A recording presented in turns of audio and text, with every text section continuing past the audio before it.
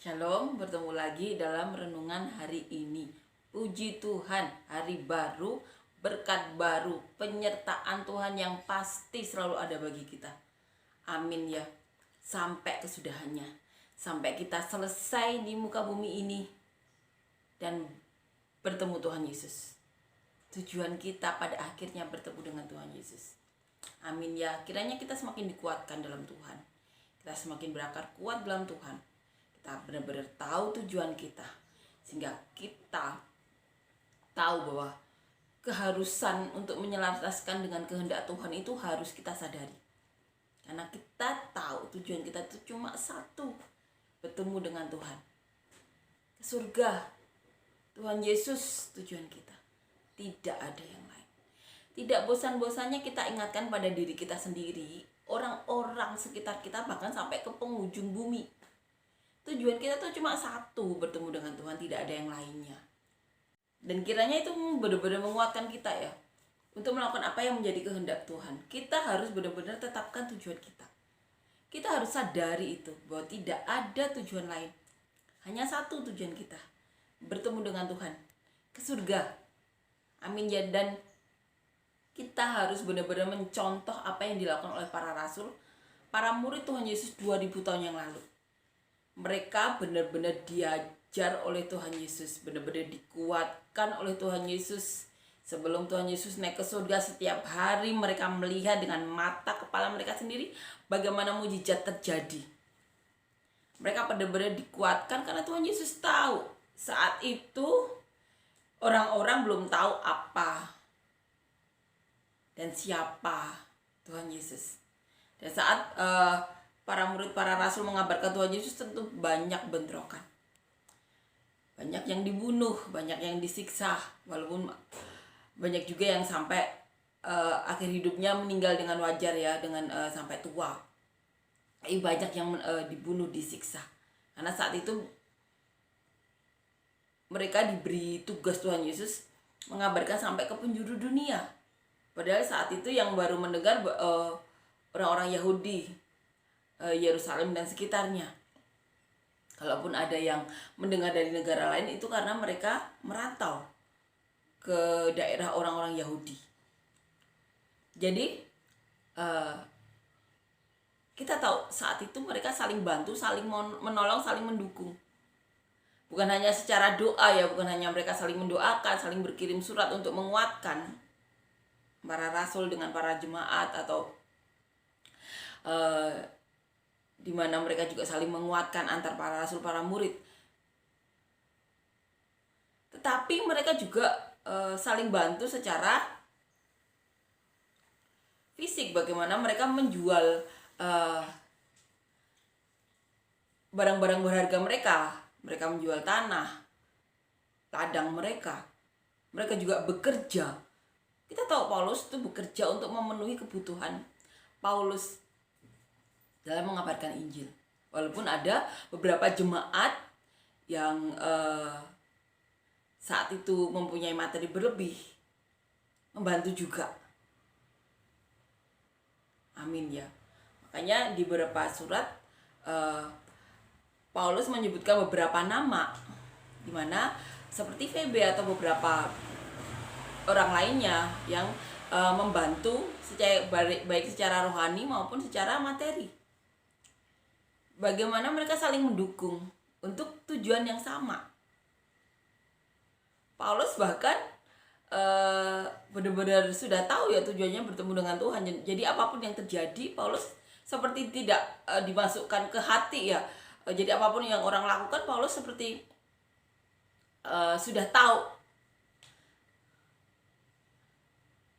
bahwa pada akhirnya dia nanti akan bertemu dengan Tuhan. Bahkan dikatakan Paulus sampai tidak menghakimi dirinya sendiri. Omongan orang tidak didengerin Paulus. Bahkan Paulus juga tidak menghakimi dirinya sendiri. Jadi apapun yang dilakukan orang atau omongannya diberikan orang kepada Paulus, Paulus tidak masukin ke hati. Bahkan Paulus tidak menghakimi dirinya sendiri. Karena Paulus benar-benar berakar kuat dalam Tuhan. Paulus tahu nantinya semuanya akan ditinggalkan.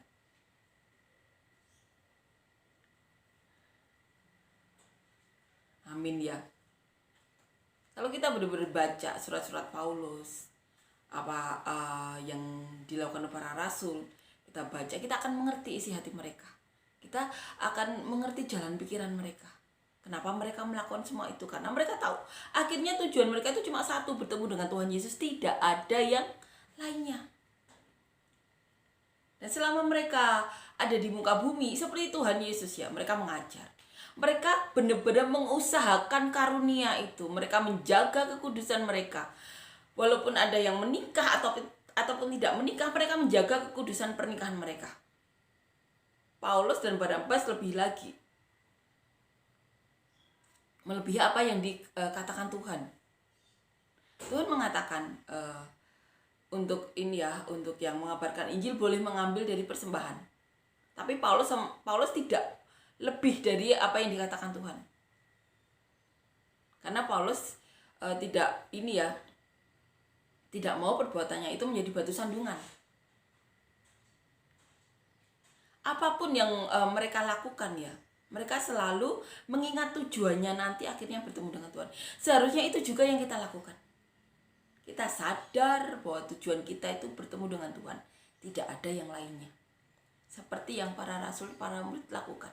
Mereka tahu, mereka nanti akhirnya bertemu dengan Tuhan, berkumpul dengan Tuhan, menerima janji Tuhan, bahwa mereka akan mendapatkan tempat di surga bersama Tuhan Yesus. Mereka sudah tahu itu. Jadi apapun yang terjadi dalam hidup mereka selama mereka di muka bumi saat ditinggalkan Tuhan naik ke surga, apapun yang terjadi, baik disiksa, baik dikejar-kejar, dirajam, apapun yang mereka terima, mereka bisa menghibur hati mereka. Bahkan bukan menghibur diri sendiri, Roh Kudus menghibur mereka. Paulus saat di penjara ditemui oleh Roh Kudus berkata, kuatkan hatimu. Kamu telah bersaksi di Yerusalem dan kamu akan bersaksi di Roma. Amin ya. Itu juga seharusnya kita lakukan. Kita tetapkan tujuan kita. Karena kita memang tahu itu satu-satunya tujuan kita, tidak ada yang lainnya.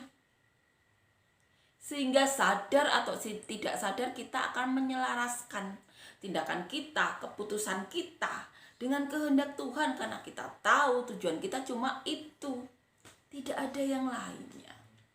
Amin ya. Amin. Kita akan nyanyikan lagu yang pertama.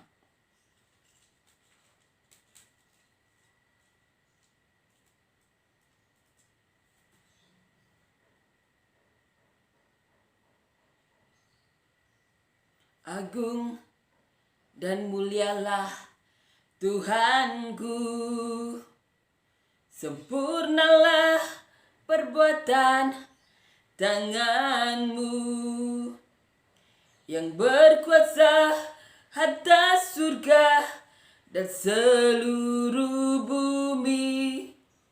Siapa yang dapat seperti Kau Tuhan? Agung dan mulialah Tuhanku,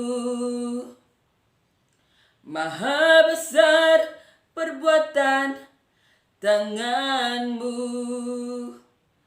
Aku datang dan bersujud dalam hadirat-Mu, memuja Engkau seumur hidupku.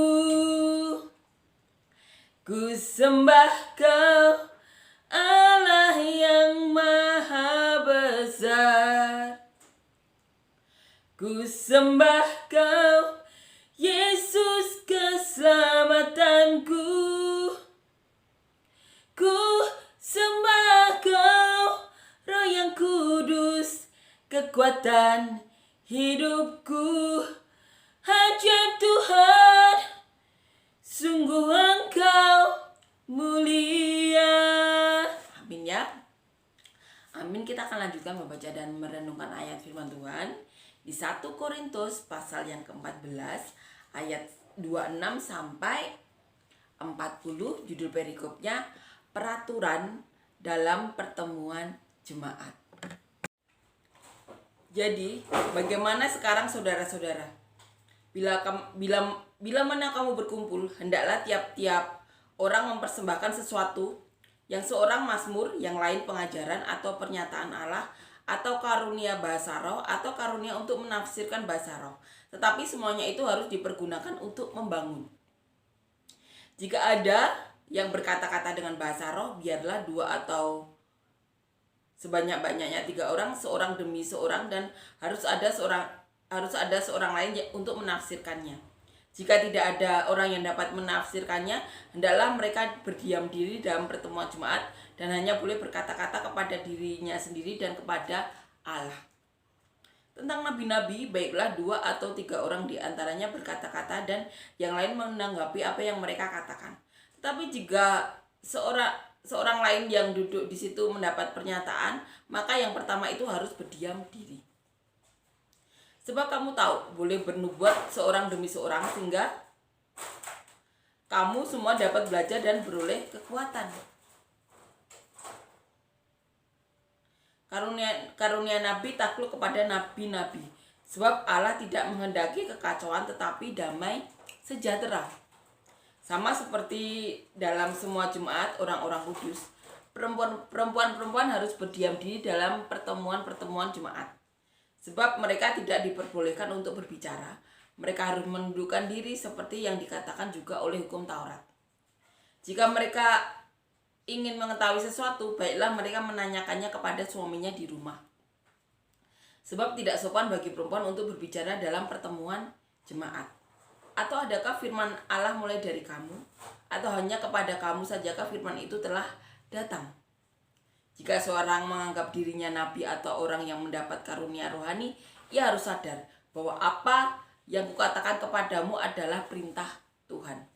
Tetapi jika ia tidak mengindahkannya, janganlah kamu mengindahkan dia. Karena itu saudara-saudaraku, usahakanlah dirimu untuk memperoleh karunia untuk bernubuat, dan janganlah melarang orang yang berkata-kata dengan bahasa roh. Tetapi segala sesuatu harus berlangsung dengan sopan dan teratur. Di sini dikatakan peraturan dalam pertemuan jemaat.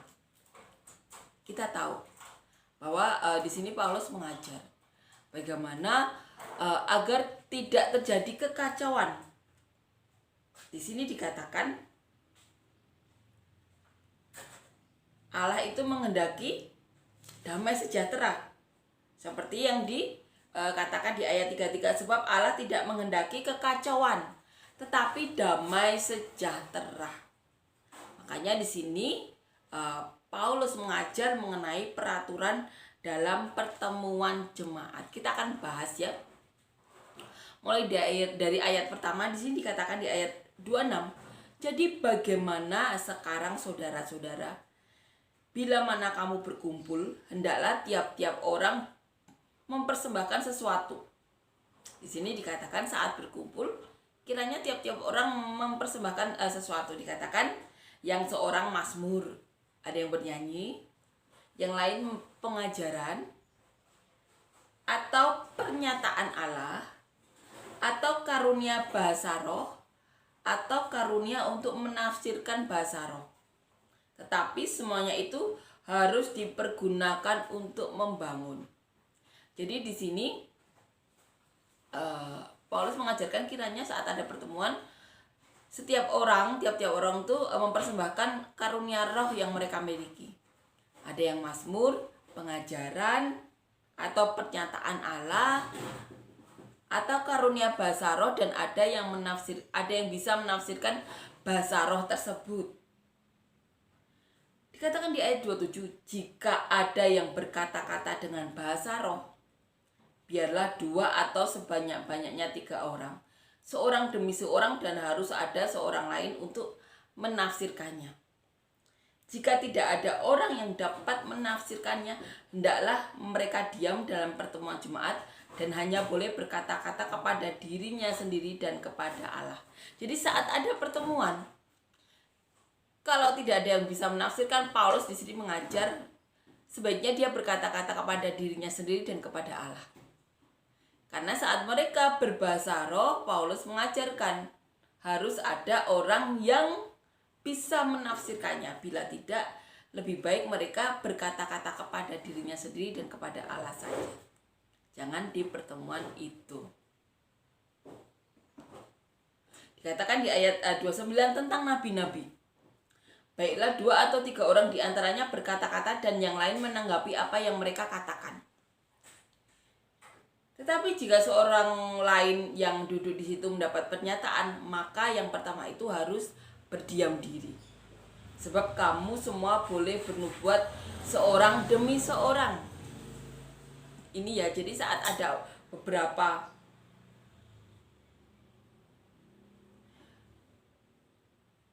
orang ya, orang-orang itu boleh bernubuat seorang demi seorang bergantian. Maka yang pertama sebab kamu semua boleh bernubuat seorang demi seorang sehingga kamu semua dapat belajar dan beroleh kekuatan. Jadi bila ada pertemuan beberapa orang, setiap orang tuh boleh bernubuat bergantian agar mereka bisa belajar dan beroleh kekuatan. Amin ya. Jadi saat kita mendengarkan orang bernubuat itu yang mendengarkan juga beroleh kekuatan dan mereka belajar. Karunia nabi takluk kepada nabi-nabi. Sebab Allah tidak menghendaki kekacauan tetapi damai sejahtera.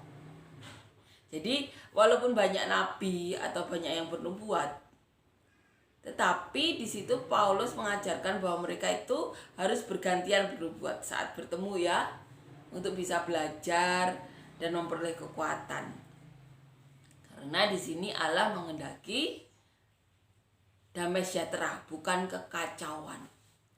Sama seperti dalam semua jemaat orang-orang kudus, perempuan-perempuan harus berdiam diri dalam pertemuan-pertemuan jemaat. Sebab mereka tidak diperbolehkan untuk berbicara. Mereka harus menundukkan diri seperti yang dikatakan juga oleh hukum Taurat. Di sini Paulus mengajar berdasarkan hukum Taurat. Bagaimana bila seseorang dinubuatkan seperti saya? Seorang wanita dinubuatkan oleh Tuhan, bahkan dinubuatkan punya gereja nomor 1. Sekarang kita juga tahu banyak pendeta perempuan, mereka juga bahkan mempunyai banyak karunia. Ada yang punya karunia menyembuhkan, karunia mengajar. Di sini tentunya Allah juga mau ya untuk jemaat bertumbuh. Tetapi kiranya kita semakin dikuatkan dalam Tuhan untuk bisa mengerti, bukan untuk membuat kekacauannya, tetapi damai sejahtera. Dan kita bisa belajar dari apa yang diajarkan Paulus ini, bahwa semuanya untuk damai sejahtera, bukan untuk kekacauan. Amin ya, amin. Jika seorang menganggap dirinya nabi atau orang yang mendapat karunia rohani, ia harus sadar bahwa apa yang kukatakan kepadamu adalah perintah Tuhan. Di sini dikatakan ya, jika seorang menganggap dirinya nabi atau orang yang mendapat karunia rohani, ia harus sadar bahwa apa yang kukatakan adalah perintah Tuhan. Itu yang dikatakan oleh Paulus. Tetapi jika ia tidak mengindahkannya, janganlah kamu mengindahkan dia. Karena itu saudara-saudaraku, usahakanlah dirimu untuk memperoleh karunia untuk bernubuat, dan janganlah melarang orang yang berkata-kata dengan bahasa roh. Paulus mengajar, usahakanlah dirimu untuk memperoleh karunia untuk bernubuat. Paulus berkali-kali berkata usahakanlah. Jadi ada sesuatu yang harus dilakukan untuk memperoleh itu. Tentunya dengan apa? Dengan melakukan kehendak Tuhan. Dengan takut akan Tuhan, kan, karena kita tahu itu awal dari pengetahuan. Tuhan yang akan mencurahkan, tentunya dengan banyak belajar. Seperti yang dikatakan Paulus, saat ada yang bernubuat, mereka yang lainnya diam untuk belajar dan memperoleh kekuatan. Amin ya. Tetapi segala sesuatu harus berlangsung dengan sopan dan teratur. Ini yang diajarkan Paulus. Kiranya kita semakin dikuatkan, semakin tahu apa yang menjadi tujuan kita ya. Tentunya harus selaras dengan tujuan Tuhan, karena kita tahu tujuan kita cuma satu, bertemu dengan Tuhan ke surga, tidak ada yang lainnya. Kiranya kita benar-benar semakin kuat ya di dalam Tuhan. Kita bisa saling bantu, saling dukung, saling support untuk mencapai tujuan yang sama tersebut. Amin ya. Amin. Kita akan nyanyikan lagu yang kedua.